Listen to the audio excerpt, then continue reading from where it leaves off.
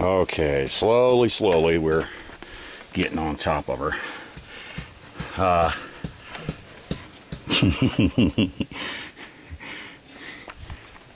Pervert. Sorry.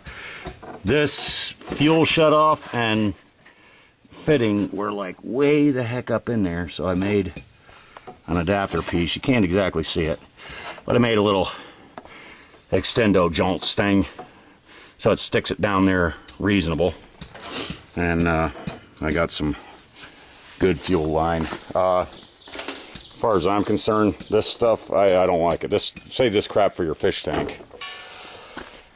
I got a new filter, but I didn't stick it on because this one seems pretty good, and I do like to see the fuel flow. This is gonna get revamped a bit.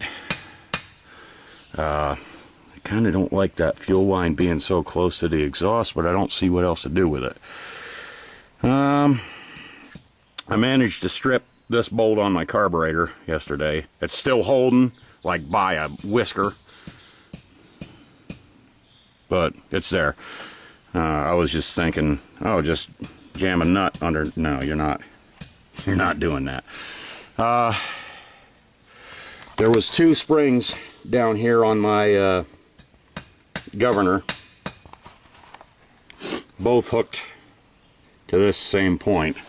I don't know which one was original, which one wasn't, so I got rid of one because it would, when I'd throttle it up, I'd pull the throttle and it would suck it back in like 2/3 of the way, and I'd have to keep pulling the throttle back out, and it would really sound like it was kind of over revving. So we'll start it up.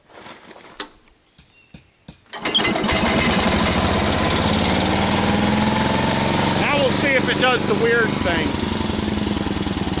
Alright, there's idling. Nice idle. I like it.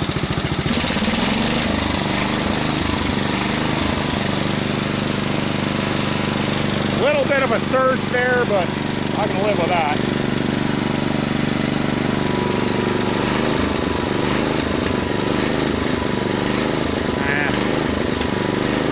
Don't like that. There we go. Alright, it mellowed out. As long as it'll mellow out, I don't mind it surging a little bit.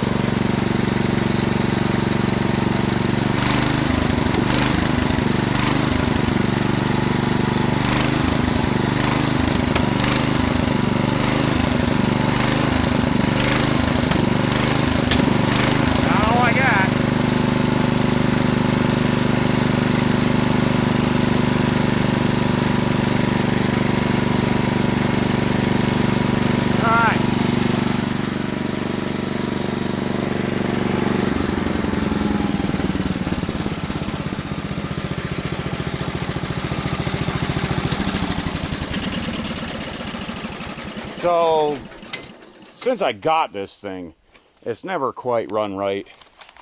I would be over next door at my brother-in-law's place, and I'd be mowing up a steep hill, and it would crap and die on me.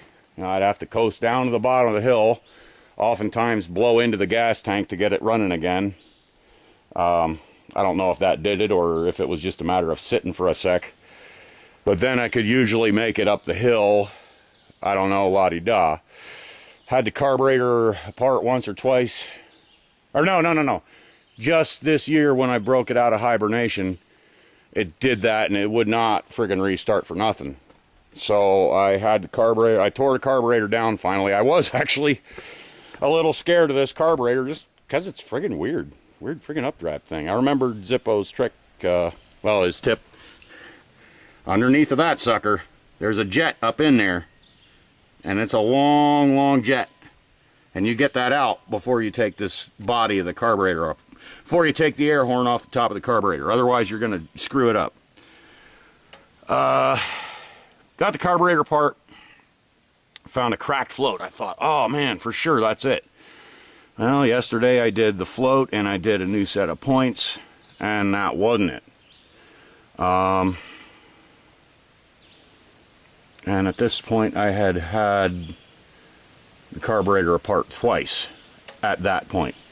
So I took the carburetor apart again, and I'm blowing and poking, blowing and poking, blowing and poking. And I thought, you know what? Screw this. I got a little propane bottle cooker, and I took the thing completely down to nothing, boiled it in Lysol, and about a half hour. Now it's not 100%, as you can hear, but it's a lot better. I can mow up that hill now. And a local small engine shop said they got a tank of stuff that you could get rid of a dead body in. And if I strip it down, clean it up as best I can, you know, so it don't junk up their tank. He said no charge to just come and let it have a bath overnight. So that's pretty cool. What else? I'm wanting to pull this blower shroud because I want the crap out of there positively, but it doesn't look like it's really gonna come without pulling the engine. And I forget why. Wasn't there another reason I wanted to pull the engine anyhow? I don't remember. Well, I do need to do it for this sloppy, wore out belt here. That thing, that's done for. And my starter belt also. So, yeah, I'm going to likely end up pulling the engine, but it's not a, I don't believe it's a huge project on this. You got a drive shaft coming off the rear, the end, well, the front of the engine. You got a drive shaft coming off.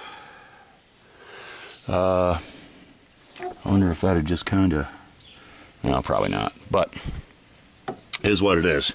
I want to, yeah, it looks like I got to pull that engine to really clean out the blower housing. For now, that's it.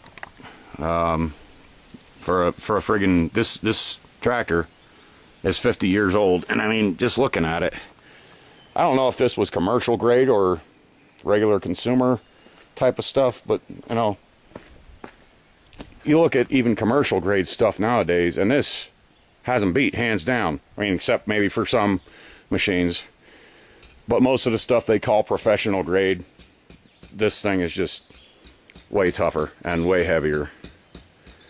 Now, if I could get that stinking Veridrive to work properly, I can pull hills. I gotta gear down, or if I'm in third, I gotta go for low range, you know, because it does slip. I can't get the Veridrive to grab properly, and I think still have the brakes work, something like that. There was something with the brakes. It's either brakes or the Veridrive works right. So I don't know. It's a weird thing, but you know, I can just live with that. If I can get this engine out, get the belts changed, get that blower housing cleaned out, because you know, we don't want to overheat it and ruin the engine, do we? All right, yeah. So that's it. And holy crap, we're going 846.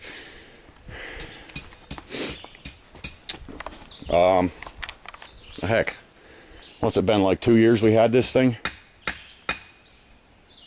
Longer than that, I think. Think so? Well, I know I've run it for at least 2 seasons, and I didn't hardly do anything for it. I put a new Veridrive belt on it. I think that was it. I think. But I didn't hardly do anything. A battery, of course. But I got 2 seasons out of a 50-year-old used machine. Came to me for $700. Got it with a spare deck too. If I work. Anyways, 50 years old. I didn't do anything to it, and I got 2 or 3 seasons out of it for nothing, for no work, nothing. Now I'm putting a little bit into it, you know, pulling the engine. It doesn't owe me a thing at all, and I'm happy. That's what I'm trying to say. I swear I wasn't roughhousing. I was getting in close to some bushes though. That might have done that. Kind of sucks, but I can fix it. That is a substantial little piece there. I like this muffler, so I'm going to fix that. So, I broke a blade the other day. These, all three of them, same style. It's not the right blades. And you can see, right at the corners of the square, that's where it sheared off. And it went zipping off into the woods somewhere. I'm glad it didn't friggin' hit someone. I found another blade. Well, let's have a look. I'm going to turn on our little night light. Well, you can't hardly see it. It's the center blade. Cut it with the hacksaw and drilled 2 holes. And I stuck, let's turn this back off. I stuck a little, just kind of a little balance beam in the end of my vise. And I balanced that blade so it would just lay on top of there. And it would stay there, so it's a good, fairly balanced blade. Right here where this blade is kind of upswept, the other blade is sort of backwards. It's like upswept on the cutting face and downswept on the trailing edge. Upswept on the leading edge, downswept on the trailing edge. Now I sound like a pro, don't I? It still cuts, and it was a free blade. It's some more substantial, thicker stuff. I mean, you can tell this blade. This ain't the right blade, and neither are the 2 outboard blades. But all in good time. Carburetor's still a little bit screwy, but I can mow up the hills without worrying about stalling out and all that good nonsense. Engine's still going to come off, and then we'll see. And this Veradrive, it's ticking me off. I can live with it. It's still, you gear down and it works fine, but pulling a hill in 3 high, it wants to kind of slip a little bit.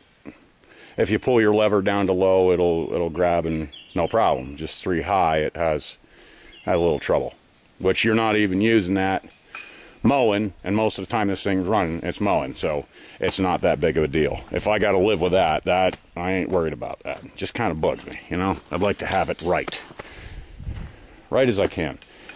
Okay, and I remembered Zippo. I just turned that in by hand and jammed it with that lock ring, so this will come out no problem, and I'll have that muffler fixed. I'll weld it back up. I'll see if I can, I don't know. I think it must have kind of fatigued its way off of there. I don't know. I'll fix it. I like that muffler. Sounds nice. It's got a neat look to it as well. So I'm going to fix that. Later.